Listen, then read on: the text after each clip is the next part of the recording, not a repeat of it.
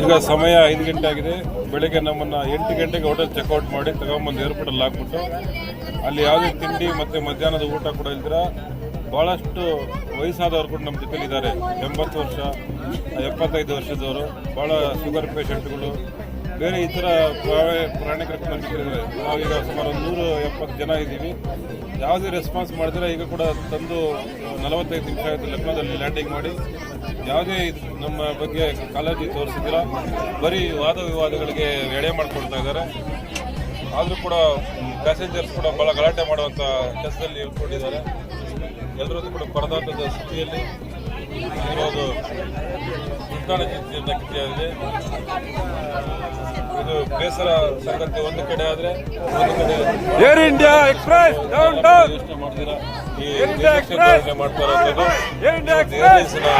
ನಿರ್ಲಕ್ಷ್ಯ ಧೋರಣೆ ಸರಿಯಾಗಿ ಇಲ್ಲ ಅಂತ